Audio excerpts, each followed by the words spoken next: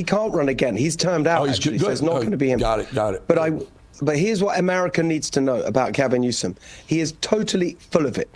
Don't listen to what he says. Watch what he does. I'll give you just a couple of examples. The one you mentioned with Charlie Kirk. So he has Charlie Kirk on his podcast, and Charlie brings up, quite rightly, the absolute obscenity of biological men and girls sports.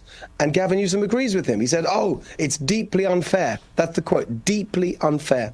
A couple of weeks later, you have two Republican legislators in the state legislature put forward bills that would have stopped it in California. What did Gavin Newsom do? Did he support them? Did he get behind it? Nothing. He did nothing. A couple of weeks after that, he was asked, why not? Why didn't you support this? He said, oh, we've been looking at it for 2 years, and it's really, I'm struggling with it, and we couldn't land anywhere. I looked at it for 2 days and realized, with the advice of some very smart lawyers, that the law that enables biological men and girls sports in California is actually, it violates the California Constitution in terms of safe schools and gender discrimination. You could file a suit tomorrow to make it illegal, and that's what I would do. Another example, Gavin Newsom, because of the blowback, pretended in his recent budget that he was reining in spending on, again, an offensive scandal, free healthcare for illegal immigrants. And he said, oh, I'm doing something about it, it's terrible. He didn't. He actually increased the budget. And so over and over again, he wants to say one thing, but he does something completely different. And the whole country needs to understand that, because he's going to be running for president. He will be. Here's a big one, though. 26, the election is in 26, if I'm not mistaken, for governor. Yes. Kamala Harris, she's going to want to run for governor and then see if she can catapult herself up into the spotlight for president in 28. 100%. So what's the plan against Kamala? So I first of all, I'm really, really praying that she runs, because the way I always put it is, it's not going to be easy for me to win in California. But people say, oh, Republican hasn't won for a long time. My argument is, everyone can see we need change in California. So the candidate for change is going to win, regardless of the label. And there's nobody less representative of change than Kamala Harris, who's been knocking around California politics for like 2 decades without a single accomplishment. She's a total disaster. And also, I think if she runs for governor, you're going to have the whole country getting involved and saying, yeah, let's beat her again. So I think that would be a gift. That's exactly what I think we're all hoping for. But honestly, whoever the Democrats put up, it's time for change in California. We've had 15 years of one-party rule, and the result is the worst outcomes in the whole country. Highest taxes, highest poverty rate, highest unemployment, worst business climate, highest cost for gas, utility, everything. I mean, it's just a total disaster. We need a new direction. That's why, like this week, for example, I put forward a plan, just very simple, practical things that people are desperate for. My plan for $3 gas, which for the rest of the country seems normal. In California, we're heading towards $8 gas next year because of their insane climate policies. I'm putting forward a plan for $3 gas. That's the way we actually beat these people. Practical things that are going to make people's life better. A couple of things, Steve. You know, if I'm not mistaken, again, I think California is the 4th largest economy in the world. Yes. Not in America, in the world.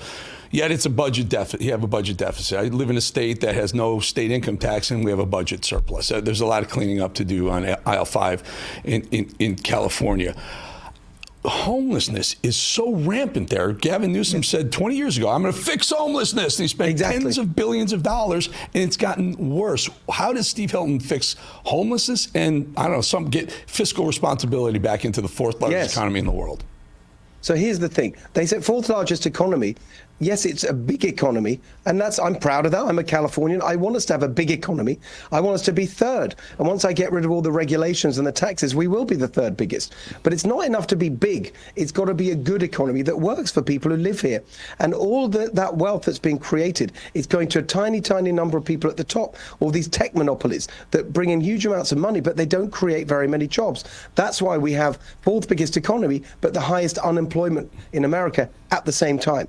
And so a key part of it is reining in this budget, because the budget of the state of California has doubled in the last 10 years. This massive, bloated, nanny state bureaucracy. Just to give you one example, just now, in the recent budget, Gavin Newsom, even with a deficit, where he had to borrow money and take from the reserves, he increased spending on the state bureaucracy by 18%, another $7 billion. That is basically just a payoff to his donors, the government unions. So we can cut back all of that. It's totally ridiculous. On homelessness, you've got to just enforce the law. People should not, it's illegal to sleep on the streets. You've got to enforce that, get them into treatment and mental health care. They've been doing none of that. What does Steve Hilton do with the literally millions of illegals that are walking, maybe even voting in California, but certainly driving? Well, it's a massive part of all the problems because you've got this, we have the worst school results, right? You've got massive pressure on the schools, on housing, all these things. And of course, the good news is at least it's not getting worse because the president and his team, Tom Homan, Kristi Noem, and the whole team, Pete Hegseth, shut down the border. So it's not getting worse.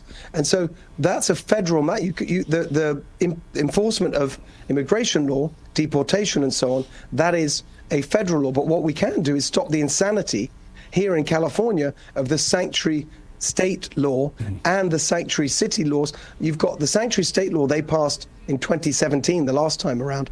But this time you've got cities like San Diego going even further. They've passed an ordinance locally that is even more insane, like totally protecting violent criminals from any kind of interaction with federal immigration. And they're taking taxpayer money from San Diego taxpayers and they're using it to fund legal services for illegal immigrants with deportation notices. I mean, it's such an unbelievable insult to every hardworking person. So all of that stuff you can change in California.